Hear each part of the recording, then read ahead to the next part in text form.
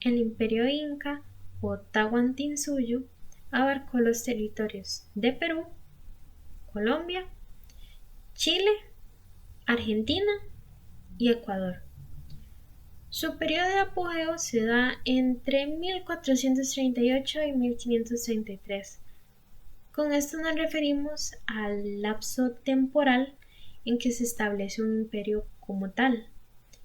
Su nombre, Tawan, significa cuatro. Suyo, región.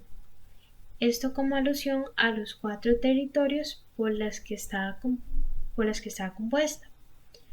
Chinchinsuyo, Colasuyo, Continsuyo y Antisuyo. Existen variedades de mitos acerca del origen del pueblo incaico. No obstante, hoy hablaremos de los dos más famosos.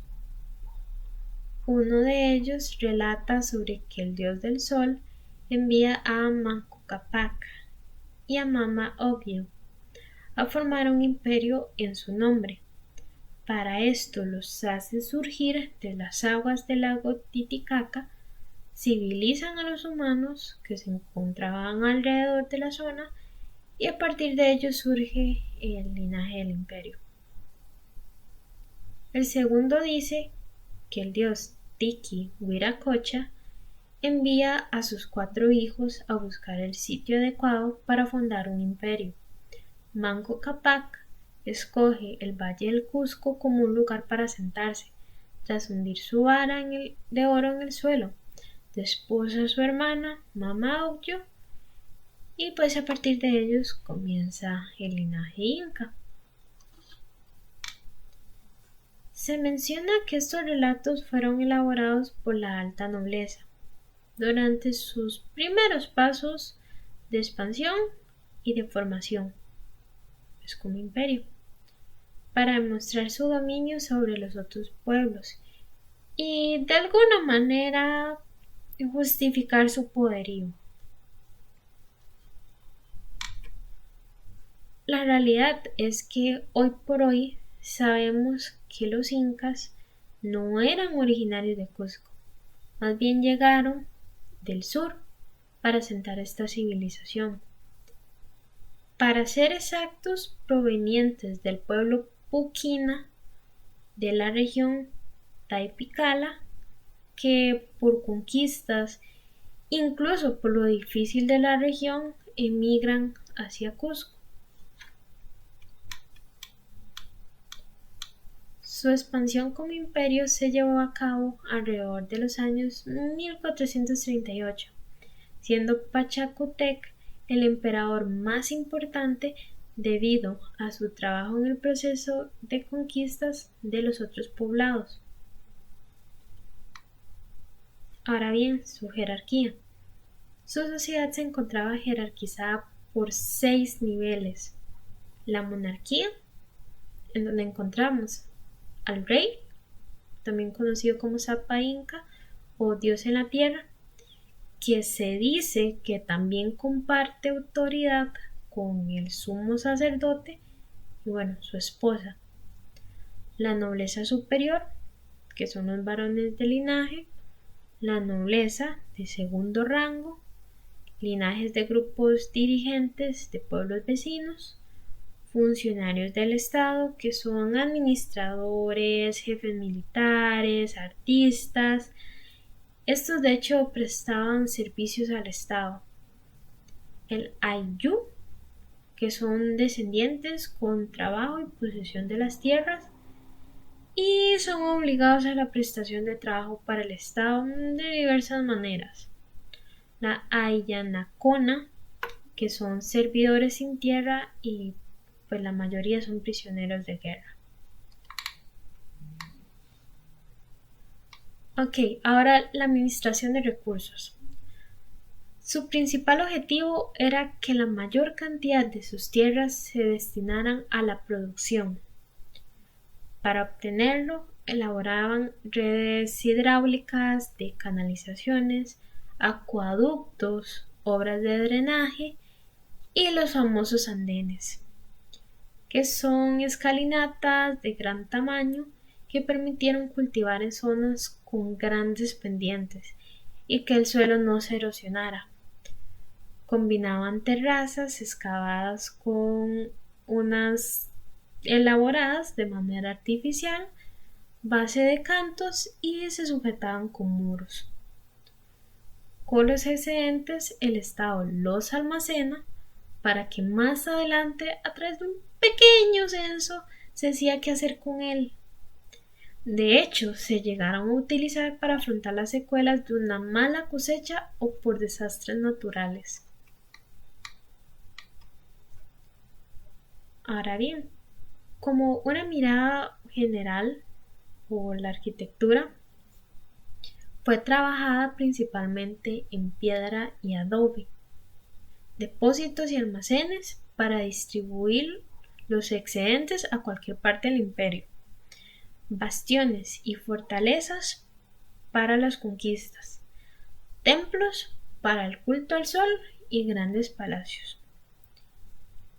Las fortalezas se trabajaron con piedras irregulares que calcen con las demás, mientras los palacios y templos las piedras son regulares, colocadas perfectamente de forma que si yo lo veo desde el exterior parecen totalmente lisas. Solían techar los templos con madera y paja.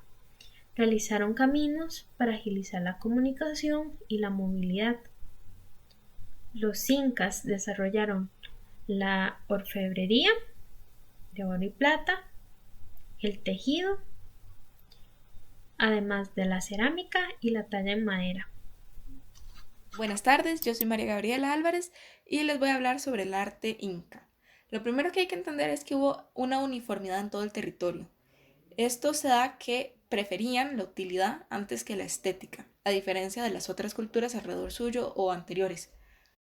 Esto se debe a la producción masiva que desarrollaron los incas y donde prefirieron, en vez de hacer ilustraciones y objetos muy adornados y con significados, hacer más bien diseños geométricos y patrones zoomorfos y con colores específicos que fueran rápidos de hacer y fáciles de esparcir por todo el territorio. Claro que el arte también tuvo un valor socioeconómico y religioso. Aquí es donde se rompe un poco la regla. Las clases altas, o para los rituales religiosos o funerarios, sí desarrollaban objetos muchísimo más finos, muchísimo más ornamentados y detallados que los que se utilizarían en el día a día para el pueblo. Ok, ahora la primera técnica que vamos a ver es la textil. Algo interesante que decía la lectura era que los incas veían en sí al universo como un tejido. Entonces ya con esto pueden hacerse una idea de la importancia que tenía el arte textil dentro de su cultura. Tenía significados espirituales y religiosos. Usaba como ofrendas religiosas para los dioses directamente o para hacer las interpretaciones de los rituales. También se enterraban con las momias para como ajuares funerarios. Después también fue una forma de comunicación de tradiciones entre familias, esto en todos los ámbitos socioeconómicos. También se veían como formas de pago en sí. Representaron toda una red de comercio porque tenían que traer las materias primas desde tierras lejanas y producir ciertas partes en algunos lados y otras en otros. Además, es importante saber que usaban muchos colores y pigmentos naturales, ya sea que lo tiñeran las lanas antes o las fibras vegetales antes y después las pintaran encima ya una vez hecho el tejido. En la lectura se mencionan 3 tejidos especiales, que es el abasca, que era la forma de tejido típica, común para toda la gente, pero igual para los campesinos. Estas usaban materiales fáciles de conseguir como la lana de llama o incluso fibras naturales que podían conseguir ahí y se usaba para varias cosas, no solo para ropa, sino también para cobijas o paños. Después también está el combi. Este sí es especializado, es exclusivo para los actos rituales y para la nobleza. Usaba una alta calidad de material y técnicas ya sean de bordado o de cuencas, o podían mezclar materias preciosas, tener incrustadas joyas, metales, oro, plata, plumas, entre otros. Y también estaba la chaquira. La chaquira es la forma más exquisita de textil que tenían, que era más bien una forma de trenzar piedras preciosas o conchas o caracolas, y era muy cotizado. Esto sí era exclusivo para el Inca y para los sacerdotes. Al lado vemos una imagen de un unku. Estos son como los ponchos que usaban los hombres, y tiene más de 150 tocapus. Esos tocapus son los cuadraditos, los pequeños diseños que tenían, que era muy típico de los incas. Y cuando llegaron los españoles los reconocían, los reconocieron, los describieron porque tenían un tablero de ajedrez en sus ropas, pero eran los tocapsus. Aquí también hay otras dos imágenes de un cumbi emplumado. Si se fijan, la forma en la que usaban las plumas era más bien bordándolas. Esto me pareció muy interesante y se relacionaban las plumas con los guerreros. Entonces, muy posiblemente este le perteneció a un militar de alto rango, sino al propio Inca. Al lado también está una chuspa, que son las bolsas que utilizaban, y ahí pueden ver los patrones de llamas de animales, que todas van en un mismo lugar con una forma bastante simplificada y sencilla, y los cuadrados con estrellas. En la cerámica se puede ver esta manufacción a gran escala. Por todo el territorio se encontraron vasijas muy parecidas y con funciones muy similares, siempre prefiriendo la utilidad antes que la estética. Sí encontramos jarras muchísimo más complejas y interesantes en lo que son rituales, en lo que son tradicionales o rituales. Aún así, los diseños siempre suelen ser muy geométricos y simétricos. A la par vemos un aribalo, que son estas jarras interesantes, con un cuello largo y como un cuerpo muy redondito, con asas y con una cabecita que solía ser de algún animal, en donde se pueden amarrar fácilmente y cuerdas o telas. Los aribalos pueden llegar a medir 1,50 m, y aunque hay de todo tipo de tamaños, siempre el diseño es el mismo, pero los tamaños variaban mucho y se usaban para transportar agua o incluso más específicamente la chicha o el fermento de maíz. Aquí también vemos el keto, que era un vaso ritual o también se usaba a diario. Suelen ser más bien de madera, pero este es de cerámica y por eso podemos pensar que es más importante. A la par está un pato jarra. Este me pareció muy interesante, tiene un papel simbólico. Cuando se casan, a las muchachas se les da este patito porque representa el pato en la naturaleza, que cuando se aparea se va al territorio del pato macho. Entonces me pareció muy divertido, por eso lo puse. También está esta otra que es una vasija de doble cuerpo silbadora. De estas se encuentran bastantes también de varios materiales, algunas de metal y así, y tiene un uso ritual. Bueno, por último, para hablar de la metalurgia, los incas perfeccionaron la técnica de extracción y de fundición de metales, permitiéndole trabajar en gran escala. También, como antes, los diseños se volvieron mucho más sencillos a los anteriores de sus antepasados. Otra cosa curiosa de la lectura es que decía que objetos de bronce, de cobre y de latón se hicieron tan abundantes que incluso se les veía como materiales desechables, como vasos y platos desechables, por la cantidad que había. Con estos materiales produjeron armas, herramientas, utensilios de cocina, de transporte, entre otros, y la plata y el oro tenían un gran valor religioso y socioeconómico. Lo usaban, ¿verdad?, para los rituales y para la nobleza. Esto no era que tuvieran un valor como le dieron los españoles después, sino que se asociaban mucho con las deidades, con el sol y con la luna, y de ahí estaba su valor. A la par vemos una figurita de una llama de plata, que de estas hay muchas y tenían un papel en los rituales. Y después vemos otros queros ceremoniales de oro y un tumi inca. Si ustedes buscan tumi en Google, les van a salir unos así súper ornamentados de oro con joyas. Y curiosamente me puse a buscarlo para ponerles la foto aquí y me di cuenta que esos tan ornamentados eran de una cultura previa anterior y ahora podemos ver que en efecto se hicieron mucho más sobrios y más prácticos que las culturas anteriores. Buenas tardes compañeros, mi nombre es Génesis Cabezas y yo les voy a hablar sobre la arquitectura inca.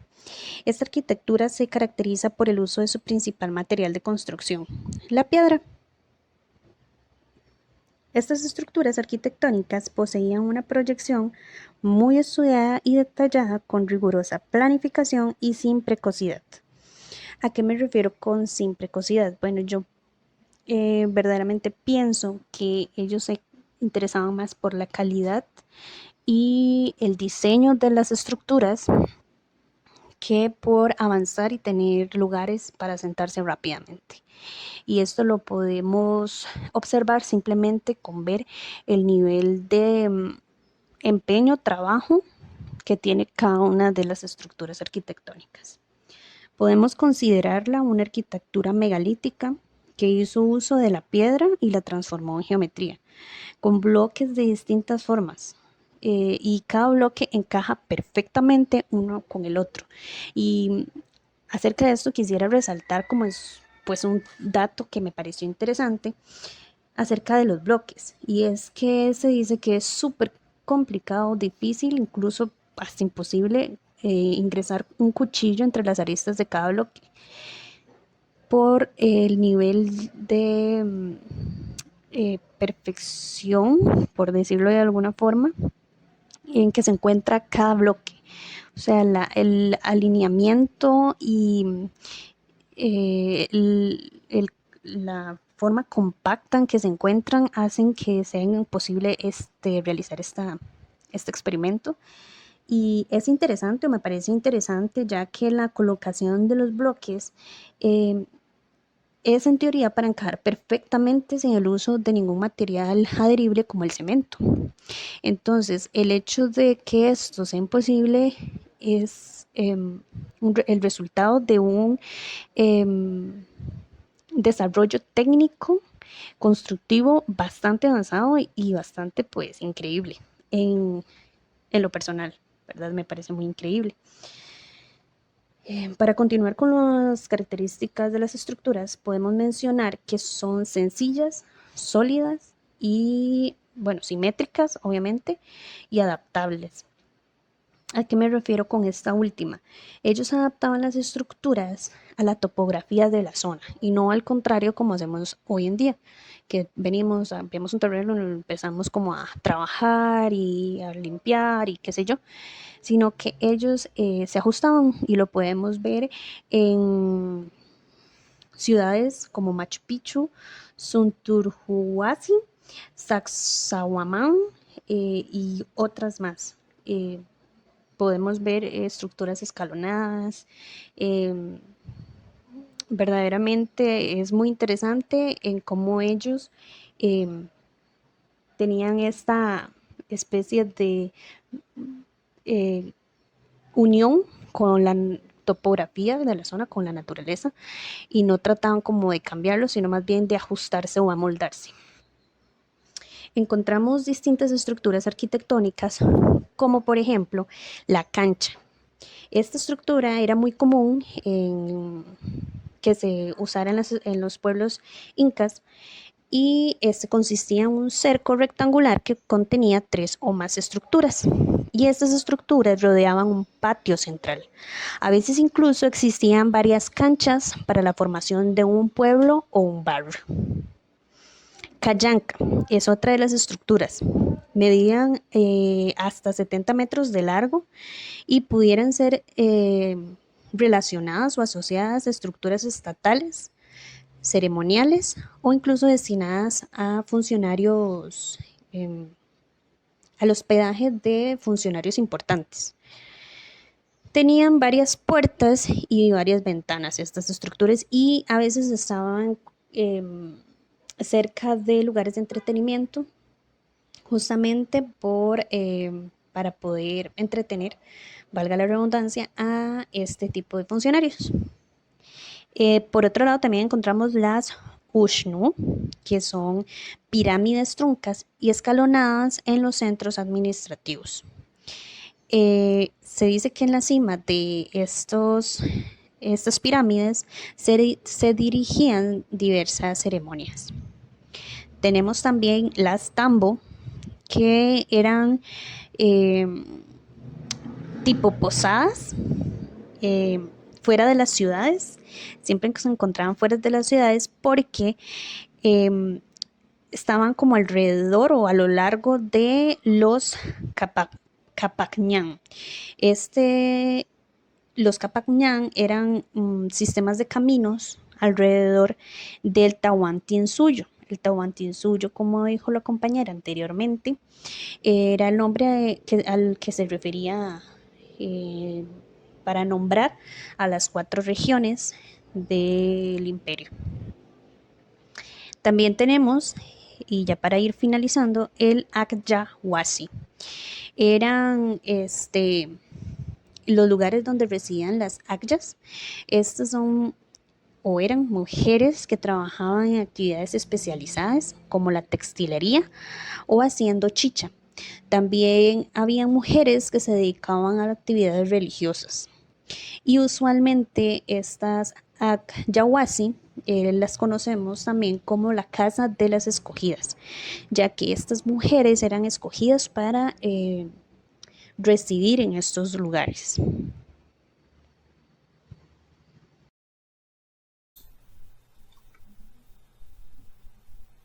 Ahora bien, como parte de la exposición individual, les voy a hablar acerca de Coricancha. Cori significa oro, cancha significa terreno.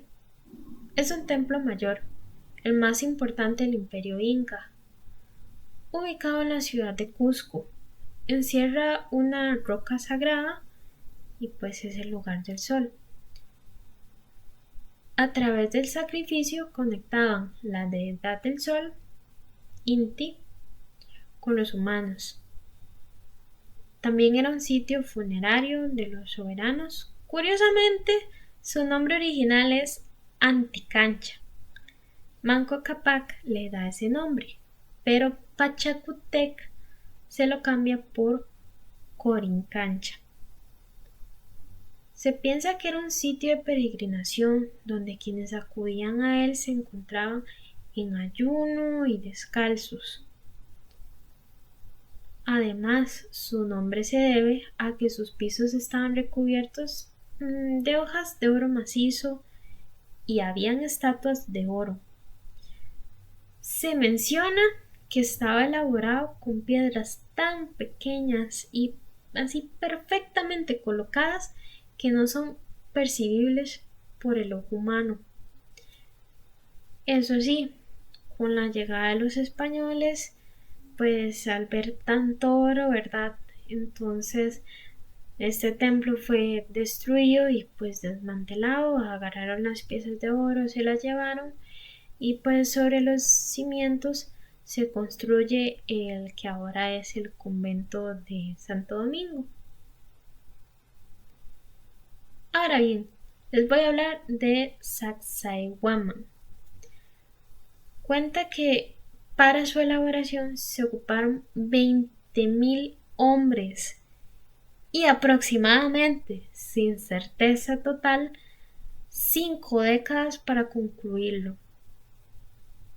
Fue un centro de gobierno, de hecho, se cree que fue el palacio de Manco Cápac. Demostraba el poderío del sol sobre sus creyentes y además cumplía una función defensiva contra las invasiones. Pero también funcionaba como un sitio de almacenamiento. Está ubicado a 2 kilómetros al norte de la ciudad de Cusco. Su forma alude a la cabeza de un puma y fue construido durante el mandato de Pachacútec. Lo realmente impresionante de este sitio es la fuerza laboral que necesitó, puesto que hasta la actualidad se desconoce cómo transportaron las piedras. Algo que llamó mucho mi atención fue la mención del oro rojo inca. Estas son figuritas o collares o joyitas hechas a partir de la concha de un molusco llamado muyu.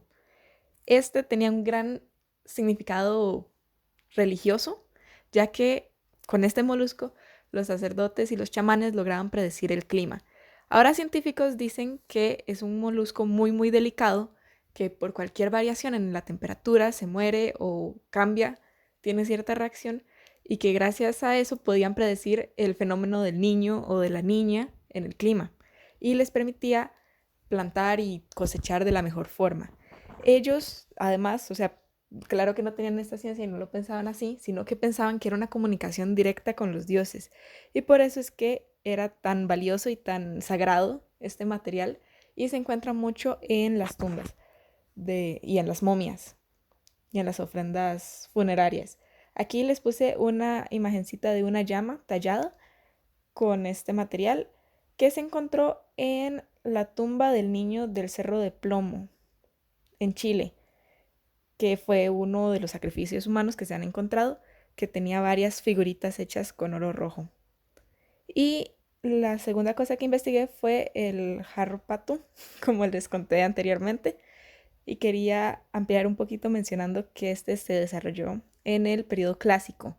Y en realidad fueron los incas que adoptaron esta tradición de la cultura diaguita, que era unas tribus más hacia el sur.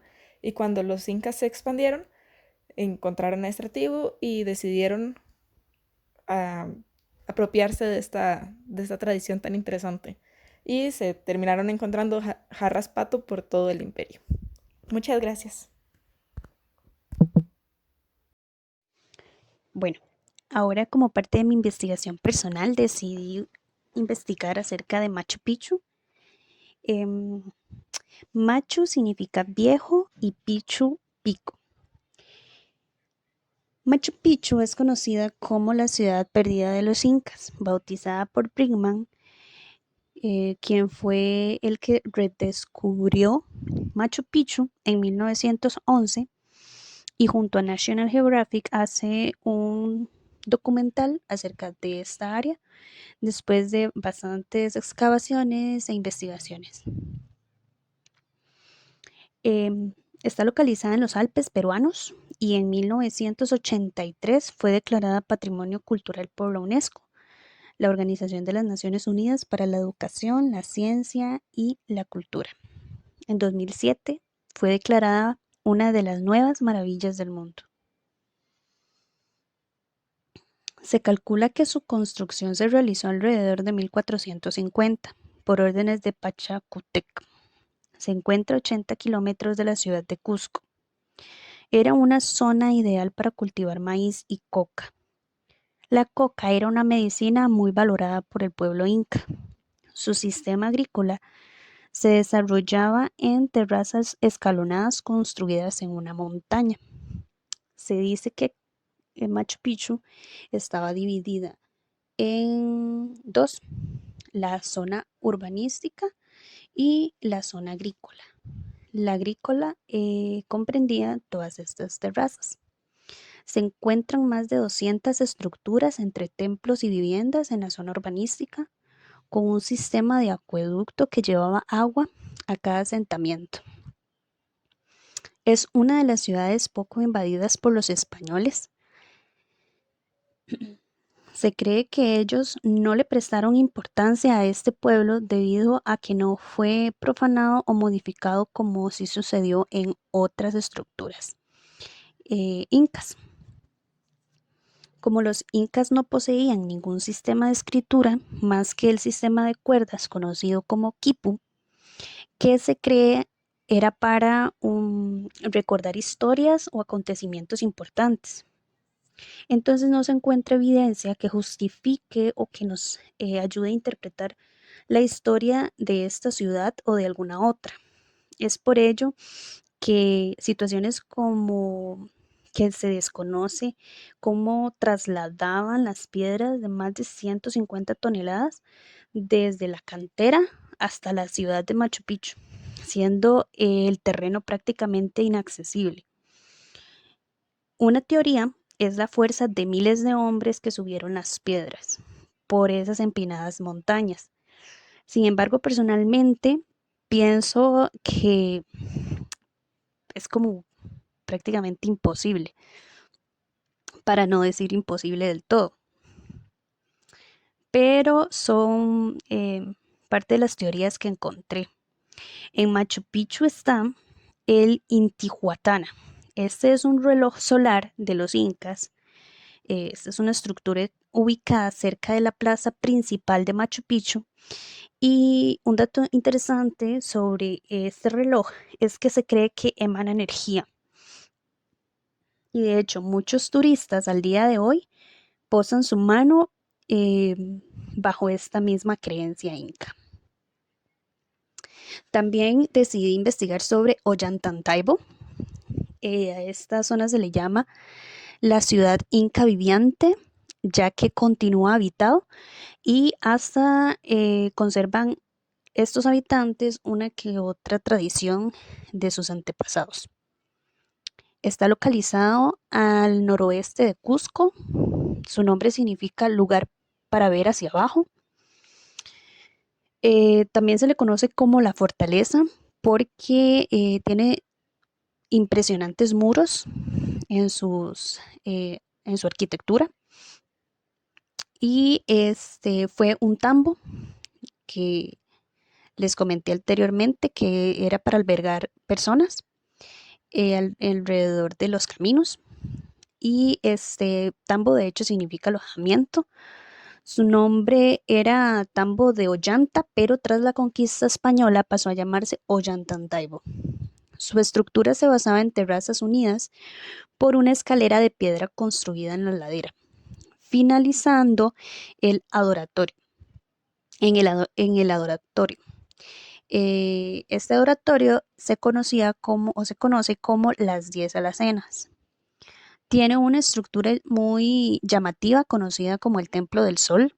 No se conoce el uso exacto de esta